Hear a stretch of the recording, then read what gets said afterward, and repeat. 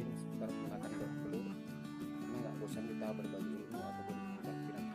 Nah, untuk kali ini kita akan membahas yaitu untung dan rugi dalam ternak ayam bergantung hal ini. Jadi untuk mengetahui, mari kita simak videonya.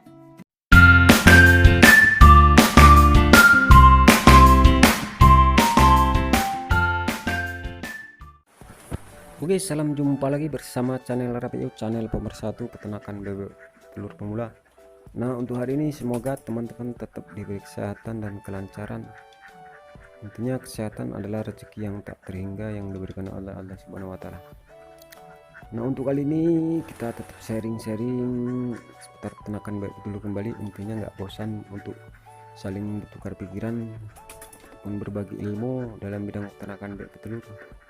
Memang dalam beternak bebek telur ini dibilang susah, kayaknya mudah. Itu tergantung kita menyikapi untuk melaksanakan peternakan bebek telur.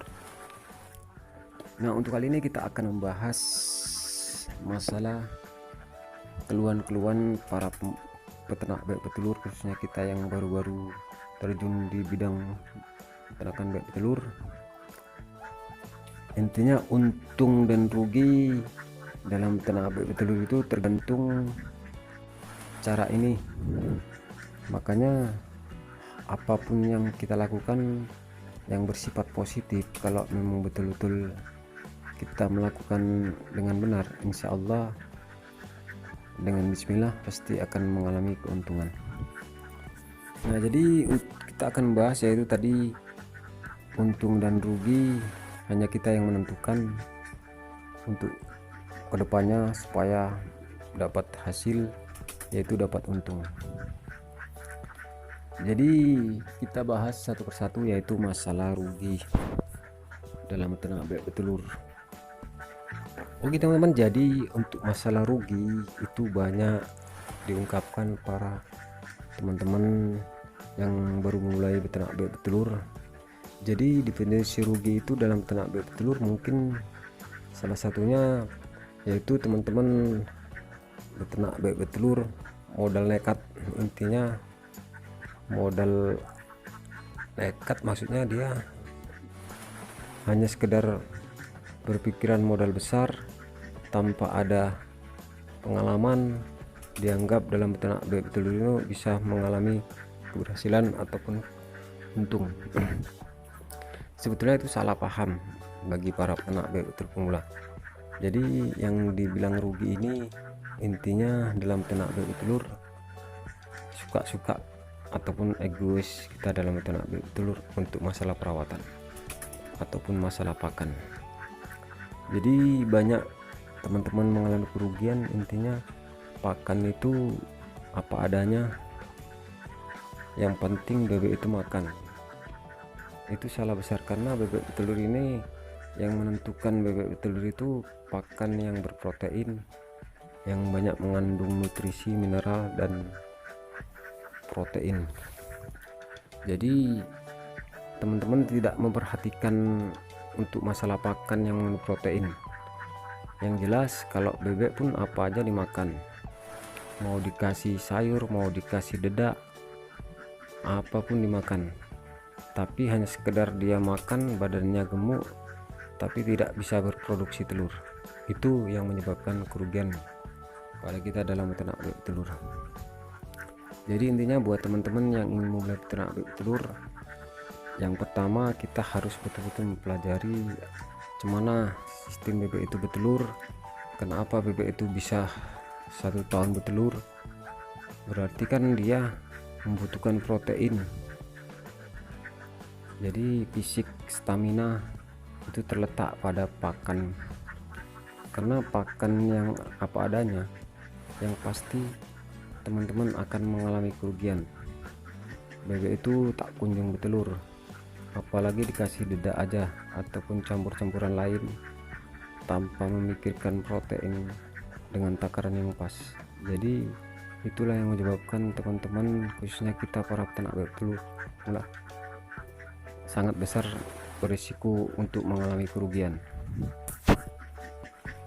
Oke teman, nah sekarang kita cerita untung. Jadi untuk peternak bebek telur hampir dia 50-50, yaitu 50% mengalami kerugian, yaitu 50% mengalami keuntungan. Jadi intinya yang mengalami beternak bebek mengalami keuntungan yaitu tergantung perawatan teman-teman. Jadi dalam ternak bebek petelur itu bukan hal sepele. Apapun kita perhatikan dari segi pakan, dari segi kesehatan bebek petelur. Nah, terutama setelah pakan, kandang pun harus kita pikirkan, karena posisi bebek petelur, karena kan memang hewan yang udah anti air. Walaupun dia pada dasarnya dia tergolong binatang air, yang pasti bebek petelur kering ini anti air. Jika bebek petelur sering kena hujan, yang pasti bebek telur akan mengalami rontok bulu. Jadi dengan perawatan ekstra, mungkin bebek telur akan bisa berproduksi normal dalam satu periode, yaitu kisaran dia 8 bulanan. Jadi kalau memang betul-betul bebek itu 8 bulan terus berproduksi, kita bikin rata-rata 85% aja, yang jelas kita akan mengalami keuntungan, menghasilkan telur-telur yang berkualitas. Itulah yang menyebabkan kita mengalami keuntungan dalam ternak bebek telur. Jadi intinya buat teman-teman, untung dan rugi dalam ternak bebek telur itu hanya tergantung konsisten kita dalam segi perawatan. Jangan kita berpikiran mengakali ataupun cari untung besar tapi pakannya nggak diperhatikan. Yang jelas itu bisa menghantui kegagalan dalam ternak bebek telur. Jadi kesimpulan dari video ini, untung dan rugi teman-teman lah yang bisa menentukan sendiri. Jika teman-teman merawatnya dengan ekstra konsisten, insya Allah akan mengalami keuntungan dan keberhasilan dalam ternak bebek telur.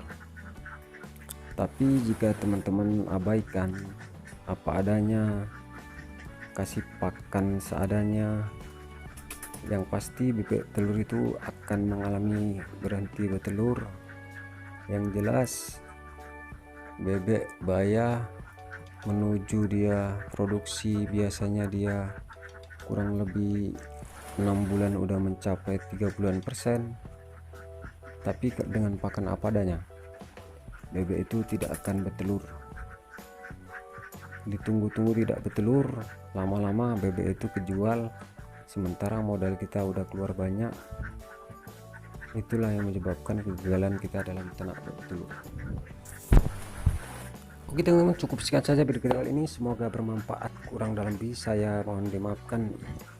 Sekali lagi, untung dan rugi dalam ternak bebek telur hanya kita lah yang menyikapi. Satu pesan yaitu konsisten dari segi pakan maupun dari segi perawatan. Insya Allah kerugian akan jauh, keuntungan akan datang.